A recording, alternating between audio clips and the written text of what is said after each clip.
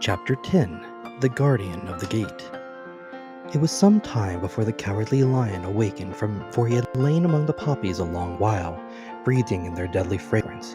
But when he did open his eyes and roll off the truck, he was very glad to find himself still alive. "I ran as fast as I could," he said, sitting down and yawning. "But the flowers were too strong for me. How do you get me out?" Then they told him of the field mice and how they had generously saved him from the death. And the Cowardly Lion laughed and said, "I've always thought myself very big and terrible, yet such small things as flowers came near to killing me. And such small animals as mice have saved my life. How strange it all is. But comrades, what shall we do now?" "We must journey on until we find the road of yellow brick again," said Dorothy, "and then we can keep on to the Emerald City." So the lion being fully refreshed and feeling quite himself again, they all started upon the journey, greatly enjoying the walk through the soft, fresh grass. And it was not long before they reached the road of the yellow brick and turned again towards the Emerald City where the great Oz dwelt. The road was smooth and well paved now, and the country about was beautiful, so the travelers rejoiced in leaving the forest far behind, and with it the many dangers they had met in the gloomy shades. Once more they could see fences built beside the road, but these were painted green, and when they came to a small house in which a farmer evidently lived, that was also painted green. They passed by several of these houses during the afternoon, and sometimes people came to the doors and looked at them as if they would like to ask questions, but no one came near them nor spoke to them because of the great lion, of which they were very much afraid. The people were all dressed in clothing of a lovely emerald green color and wore peaked hats like those of the Munchkins. "This must be the land of Oz," said Dorothy, "and we are surely getting near the Emerald City." "Yes," answered the Scarecrow, "everything is green here, while in the country of the Munchkins, blue was the favorite color. But the people do not seem to be as friendly as the Munchkins, and I'm afraid we shall be unable to find a place to pass the night." "I should like something to eat besides fruit," said the girl, "and I'm sure Toto is nearly starved. Let us stop in the next house and talk to the people." So that when they came to a good-sized farmhouse, Dorothy walked boldly up to the door and knocked. A woman opened it just far enough to look out and said, "What do you want, child, and why is that great lion with you?" "We wish to pass the night with you if you will allow us," answered Dorothy, "and the lion is my friend and comrade, and would not hurt you for the world." "Is he tame?" asked the woman, opening the door a little wider. "Oh, yes," said the girl, "and he is a great coward, too, so that he will be more afraid of you than you are of him." "Well," said the woman, after thinking it over and taking another peep at the lion, "if that's the case, you may come in, and I will give you some supper and a place to sleep." So they all entered the house where they were, besides the woman, two children, and a man. The man had hurt his leg and was lying on the couch in the corner. They seemed greatly surprised to see so strange a company, and while the woman was busy laying the table, the man asked, "Where are you all going?" "To the Emerald City," said Dorothy, "to see the great Oz." "Oh, indeed!" exclaimed the man. "Are you sure that Oz will see you?" "Why not?" she replied. "Why, it is not said that he never lets anyone come into his presence. I've been to the Emerald City many times, and it is a beautiful and wonderful place, but I've never been permitted to see the great Oz, nor do I know of any living person who has seen him." "Does he never go out?" asked the Scarecrow. "Never. He sits down day after day in the great throne room of his palace, and even those who wait upon him do not see him face to face." "What's he like?" asked the girl. "That's hard to tell," said the man thoughtfully. "You see, Oz is a great wizard, and you can take on any form he wishes. So that some say he looks like a bird, and some say he looks like an elephant, and some say he looks like a cat. To others, he appears as a beautiful fairy, or a brownie, or any other form that pleases him.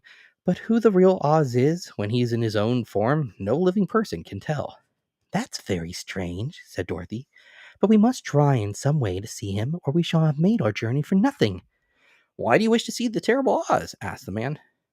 "I wish to give him some brains," said the Scarecrow eagerly. "Oh, Oz could do that easily enough," declared the man. "He has more brains than he needs." "And I want him to give me a heart," said the Tin Woodman. "That will not trouble him," for continuing the man, "for Oz has a large collection of hearts of all sizes and shapes." "And I want him to give me courage," said the Cowardly Lion.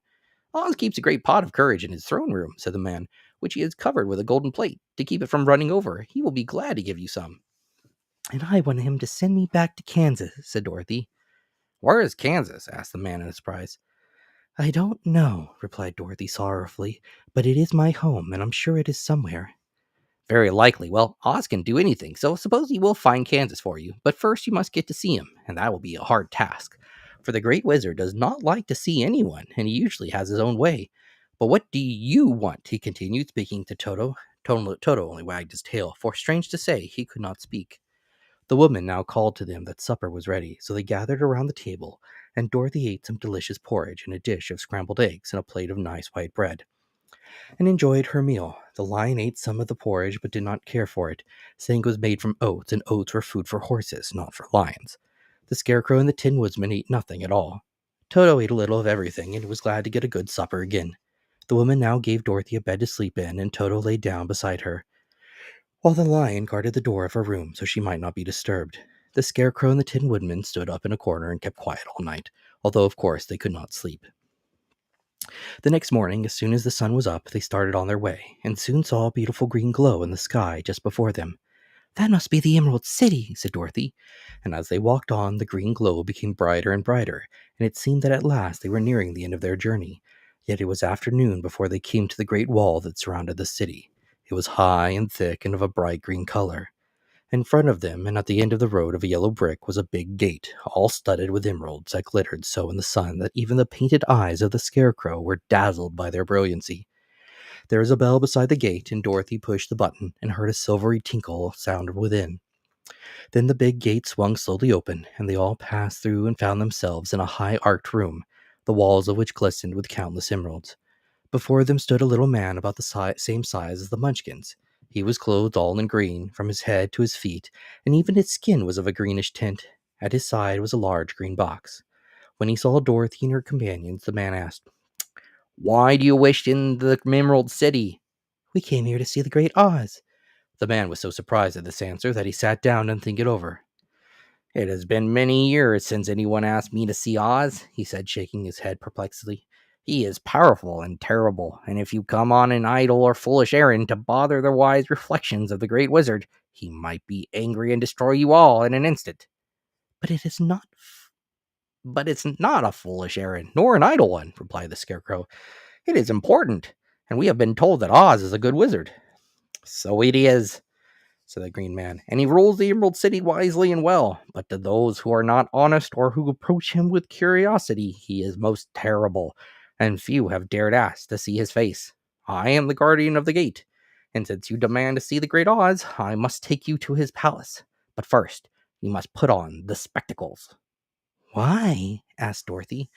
Because if you do not wear spectacles, the brightness and the glory of the Emerald City would blind you. Even those who live in the city must wear spectacles night and day. They are all locked on, for Oz so ordered it when the city was first built, and I have the only key that will unlock them. He opened the big box, and Dorothy saw that it was filled with spectacles of every size and shape. All of them had green glasses in them. The guardian of the gate found a pair that would just fit Dorothy, and put them over her eyes. There were two golden bands fastened to them that had passed around the back of her head, where they were locked together by a little key that was at the end of the chain that the guardian of the gate wore around his neck. When they were on, Dorothy could not take them off had she wished, but of course she did not want to be blinded by the glare of the Emerald City, so she said nothing. Then the Green Man fitted spectacles for the Scarecrow and the Tin Woodsman and the Lion, and even on little Toto, and all were locked fast with the key. Then the guardian of the gate put on his own glasses and told them he was ready to show them to the palace. Taking a big golden key from a peg on the wall, he opened another gate, and they all followed him through the portal into the streets of the Emerald City.